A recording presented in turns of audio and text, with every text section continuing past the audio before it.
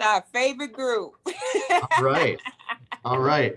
We gotta get the growth group WhatsApp a bit more active, because we've got another probably 10 or 11 people in the group that could really learn from some of the stuff that we're working on.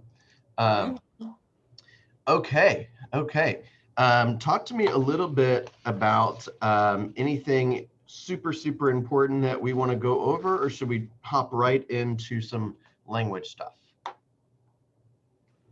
Any market of the moment topics? Anything that that you're encountering that we should review? Any big changes going on in the marketplace right now? I don't have anything urgent on the table. Okay, Jan, anything? Is she on there? She must be on mute. Okay. Maybe she might have just rolled over in bed and hit the button and then rolled back over. Well, I'm looking forward to the language that we're going to talk about anyway. So all right, so let's jump right into that. Okay.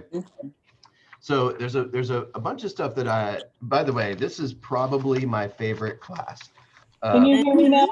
Yes. There you go. Sorry. I was messing with my desk yesterday and disconnected a bunch of stuff. Sorry. All good. It's all good. Okay. Last week we talked a little bit about building rapport and mirror and matching. Did you guys find yourself at any time last week using any of the tools or techniques that we learned to build rapport better or faster? Did anyone do that? Did you find yourself speaking at the same pace that your partner was speaking at? Did you find yourself speaking with the same like voice level? Like if they happen to talk really softly, you talk a little softer. If they talk really slow, you talk a little slower. If they talk really fast with high energy and high volume, you match that a little bit. Did you give that any conscious effort this week? Well, you know what? Let me just say something about that part, Bill. Sure. I actually think that's kind of almost like, in a sense, kind of like a natural thing to do. Like a lot of times, like if I'm having a conversation with someone, unless it's in a teaching way, you know, where you're trying to make sure you have the energy for that other person.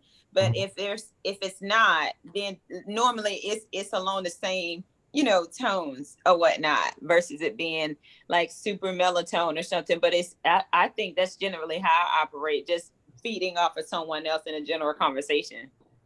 I would say, I don't know the exact percentage. That's not my natural style. Because I have to remind myself constantly that I have to shut up and listen to what the other people are saying very closely. And here's a good indication of whether your style may be the way you're describing or maybe tend to be the way I'm describing, is how often in your conversations with other people do you find yourself interrupting them? Probably thinking not very often, right? I interrupt people a lot, and it's okay, so me too. And that's a good indication that you may not be listening intently enough. And if you're not listening intently, then a lot of the subtleties that we discuss and a lot of these techniques that we discuss, they're going to totally miss you. Okay. Meaning, well, what I find, Bill, is that I interrupt because people stop talking and then they start talking, they stop talking, they start talking. And I don't know when I should be talking at this point. Does that make sense? It's not does. On purpose. It's because I start talking and they start talking, or vice versa. You know, they stopped and I go to answer their question or whatever, they start talking again. And I just feel like I'm always interrupting somebody, especially in this day of Zoom and phone calls, you know, when you're not having face-to-face conversations with people. I hear that completely. You just got to play around with it a little bit, right? give it 1 extra second before you start talking, or 3 extra seconds before you start talking. There's a number of different ways to, you just have some fun with it, right? No one can tell you're doing this anyway, right? But if you are listening very intently on what they're saying, then you'll be able to pick up some of the cues with some of the techniques that we're going to talk about here in just a second, with visual, auditory, and kinesthetic language, which we'll get to here in just a moment. But you're also going to be able to catch the adjustments in their language. So Tawantis, if you feel like you're naturally able to do that, it's because you were like born with that advantage. Okay, I don't believe this is particularly natural, and I'm saying that because I don't. It's not natural for me, right? So I have to say to myself, okay, Billy, shut up, listen closely to what they're saying, so that you can really intelligently respond and make sure that they feel like they're completely heard, right? So sometimes and we always recommend this, is to echo back some of the things they're saying, right? You're going to, what's the word I'm looking for? Validate and acknowledge, or acknowledge and validate what they're saying. What I hear you saying, I think what I hear you saying is that this room is too small. Is that correct? Right. What I feel like you're saying is this home is overpriced. Is that what you feel? Is that how you feel? Right. We're echoing back, what I hear you, what I sense is that you're really overwhelmed right now. What's the first thing that we can go over that would cause you to feel a little less stressed? Right. So you're really just listening to the way they're speaking, and their tone and their intensity, and then you're acknowledging it, and then you're offering to move them in the direction, give them help in the direction they want to go in the first place. So you're a step ahead, Tawantis, if that's the way you feel naturally. If you're like, hey, I'm already doing this, just thank God you were born with that. Well, honestly, you know what? I think it's been more so a learn process in a sense as well, right? Okay. Because it's like, okay, you're learning as you kind of like just developing, like, to just be more aware. Like I'm just more aware, I think, now of, oh, if I think I heard someone else, or if I'm actually over talking and I can't hear what they're really trying to say. That's honestly what I think it is. Yeah, I don't know if I was born with it. Well, you're probably born a little bit with it, but then you've noticed that you noticed it wasn't working so well, and you tried to figure out what it was, and you were able to use this as a technique to your advantage. So, I mean, applause in every direction, right? One of the things that when you listen intently, and by the way, this is why scripts are so important, because if you internalize your scripts, then you don't always have to be thinking about the next thing you're going to say while they're talking. You can be intently listening, right? And then depending on what they say, you've already internalized the response, and it comes out naturally, right? But this kind of goes back to some of the modal operator discussions we were having last week, where, for example, the client might say, I can't write the offer. And you might say, you challenge their modal operator. You might say, is it that you can't, or that you won't? Right? Or I can't write the offer. Well, what would happen if you did write the offer? Right? You're getting them to move towards possibility. Right? You could also completely change their approach, the modal operator that they're using. So these are some recovery questions. You do that by recovery questions, right? What would happen if you did? What would happen if you didn't? What's the worst thing that can happen? What would the consequences be? What stops you? What would happen if you could, right? Well, I can't call 20 people a day. Well, what would happen if you could? And then they say to themselves, maybe it is possible. Well, maybe if I didn't check Facebook for 6 hours a day, I could. Maybe if I didn't, sleep in 20 times, maybe I could, right? We all have the same amount of hours in the day. It's simply how you use it that's going to determine whether the level of your success. You see what I'm saying?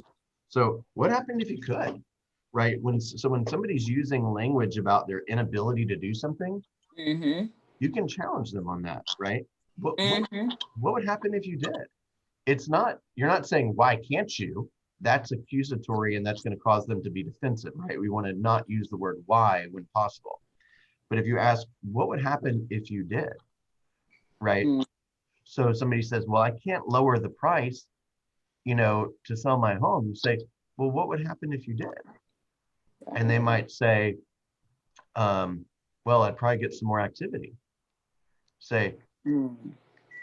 okay, great. So isn't that what you're looking for? Right? Mm. What about more activity do you think would help you get your goal faster? And they're like, okay, I'll lower the price, right? Because their current strategy ain't working, right? Just like we've talked about before, somebody says, well, do I need to call strangers? I said, you ain't got to do anything, actually. But if whatever you're currently doing isn't getting you Ain't enough working. appointments, then you need to consider another option. Right. As long as your goal is still important to you. If your goal is meaningless, then you ain't going to get there. And you, by the way, you don't have to call anybody, right?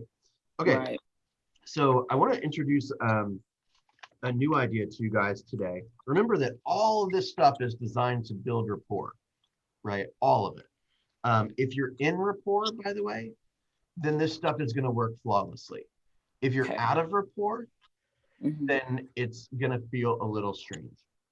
So if you use these skills, these techniques, and they're not working so well, you may need to go back to some of the other stuff that we discussed, which is to get back into rapport by mirroring and matching. And another really good one that I'm about to teach you is this idea of something called keyword backtracking. You guys ever heard of that? No. Keyword backtracking. So it's using their words. Oh. Using their words. So let me give you an example. So like what I hear you saying, Bill, is.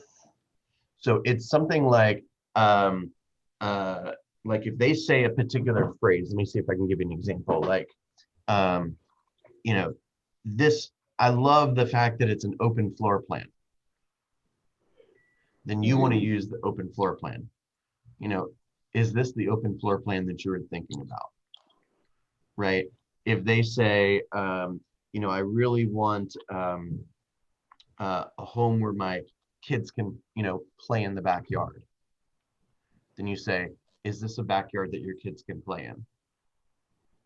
So if you were to use that, let's just say you had your buyer consultation, and those are all the things that came out, and that was a week ago or 2 weeks ago. Or is it using it because she said it 10 minutes ago? Both. So Okay. one will build rapport so that when you part ways from that appointment, they'll be like, man, Jan was really awesome. And they may or may not be able to put their finger on why, but the reason why is because you were like them and you spoke like them. And that's why they like you. And then they'll be reminded of that later on when you can use those same words. So when I'm coaching somebody, for example, I'm listening very closely to their words. So if they say anything that is, really unique, like, let me see if I can think of an idea.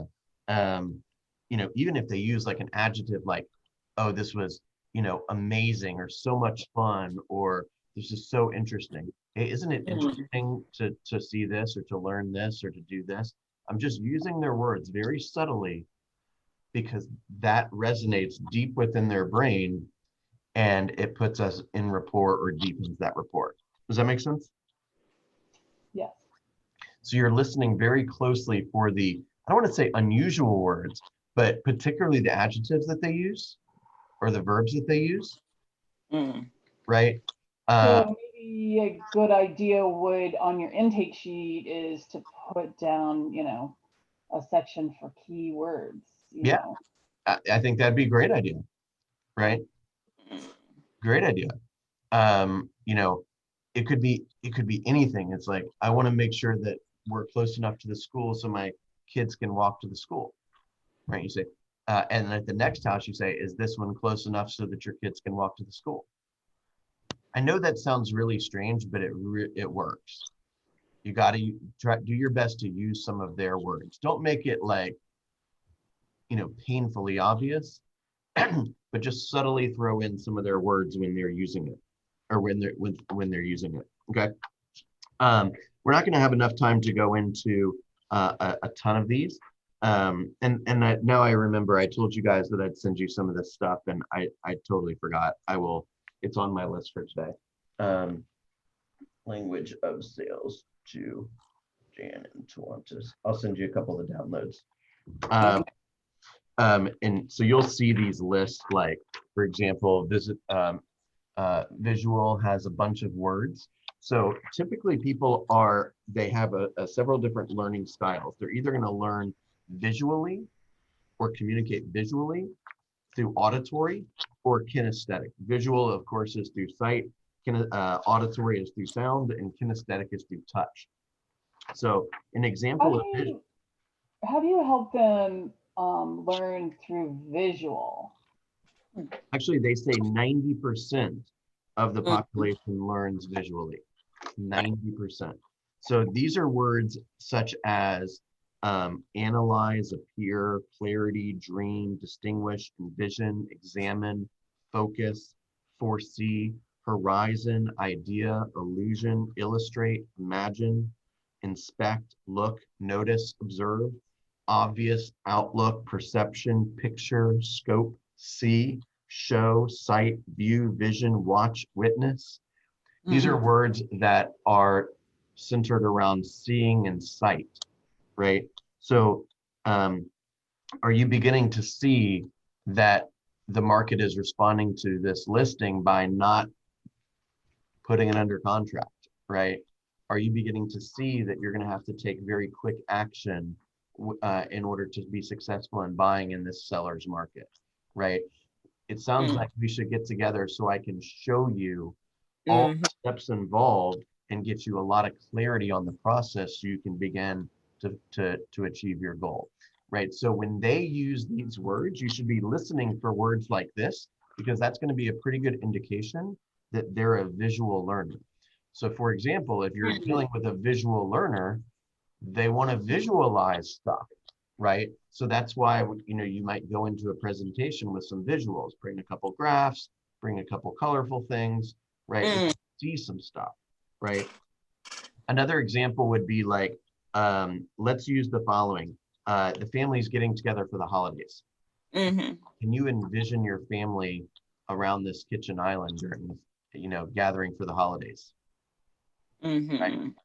Now, you can change that to an auditory piece of language by saying, can you just hear all of your family gathering for the holidays? So instead of using the word see, use the word hear, because you picked up that they communicate typically in an auditory way. They want to hear things. So here's a couple of words for hearing: announce, articulate, communicate, converse, discuss, dissonant, earshot, enunciate, gossip, hear, listen, loud, mention, noise, pronounce, remark, report, ring, roar, rumor, say, shout, silence, sound, speak, speechless, squeal, state, talk, tell, tone, utter, voice, right? Can you just hear the birds chirping from this porch, right? Are you able to listen for the, wind blowing against the trees at this home? Do you want to discuss this with your husband before you make a decision, right? As I mentioned to you earlier, you'll need to get your pre-approval ready in order to put together an offer, right? These are the types of words that you might hear. If you print these lists out and you just have fun talking to people randomly throughout the day, you will hear these words. To hear it. You will hear these words. Okay. And let me go over the kinesthetic route before we let everyone in. Okay. Some people are hands-on experienced learners, right? They learn while doing. Kinesthetic. So they want to feel stuff. Okay. Actually, let me read you a couple of examples before we go into that. So back to the visual, I forgot to mention this. I can see myself. The focus of our meeting will be, it appears that. Let's examine the comparables, right? Auditory might be, and these examples are written on here so you can see them here shortly. See, I said C. Auditory. That sounds perfect. Let's talk about it. I hear you loud and clear. Not to mention, right? Kinesthetic. Here's some words for kinesthetic. Active, affected, bearable, callous, concrete, emotional, feel, firm, flow, foundation, grasp, grip, hanging, hassle, heated, hold, hunch, hustle, intuition, motion, panicky, pleasure, rush, pressure, rush, sensitive, shift, soar, stir, stress, support, tension, touch. I want to stress that, right? We need to make sure your down payment is in the right account, prior to closing. I want to stress that you want to make sure that you speak to the lender before we go out this weekend to look for homes, right? I want to stress that the importance of hiring a professional photographer, right? Let's get a concrete plan in place, right? It's a difficult concept to grasp. However, I'm here to help you. Let's touch base, right? See what I'm saying? Gosh, imagine how successful we'd be when we're both hustling to get this home sold. I'm going to do active prospecting, right? I actively market your property by calling the 1,500 neighbors that live closest to you. How does that make you feel? I can understand this is an emotional process. I'm here to help you. You might be getting an intuition that I'm the best realtor you'll ever meet. Sign the paperwork. What do you think? Yeah, I think it's one of those things that you would have to have in front of you all the time. Until you memorize it and until it becomes supernatural. Just like Tawantis was referring to earlier, this is these are learned. This is something you learn. It is a new language, right? We all know English. If you know French, then you had to learn French. You had to practice writing it. You had to practice speaking it. You had to practice interacting with people. This is a new language. Well, like that, what I hear you saying, that language pattern has been very difficult for me to learn. It's taken a long time, but it does work if you use it. That's right. It's kind of like when you're in bold. I mean, you should play like a drinking game for every time they say "and yet." You'd be hammered 15 minutes in, okay? Because they're not saying but. Every time they say "and yet," somebody that's not paying attention to language would say but in that situation. They're intentionally saying "and yet." Does that make sense? Listen for that. Don't play a drinking game unless you're like right next to the hospital, because you will go to the emergency room for sure. You know what, you guys? So I watched this show on HGTV with this guy and this lady, and they're actually like partners. One actually finds a new house, and one actually does their old house remodeling. I forgot their names, but yeah, those two. Yeah, love it listed. Okay, so I love those two together, right? So nevertheless, I just wanted to share, the guy uses those words so much, what you're saying. Every time he takes them to a new house, he goes like, can you see it? Can you visualize yourself? It's always that. And then he uses his hands to incorporate that with the same conversation that you're talking about with these words. Right. So you'll realize it's time to list with me. Right. Even if I'm in the privacy of my own office, I'm using my hands, because when I use my hands a certain way, it makes speech modified, right? Right. Awesome.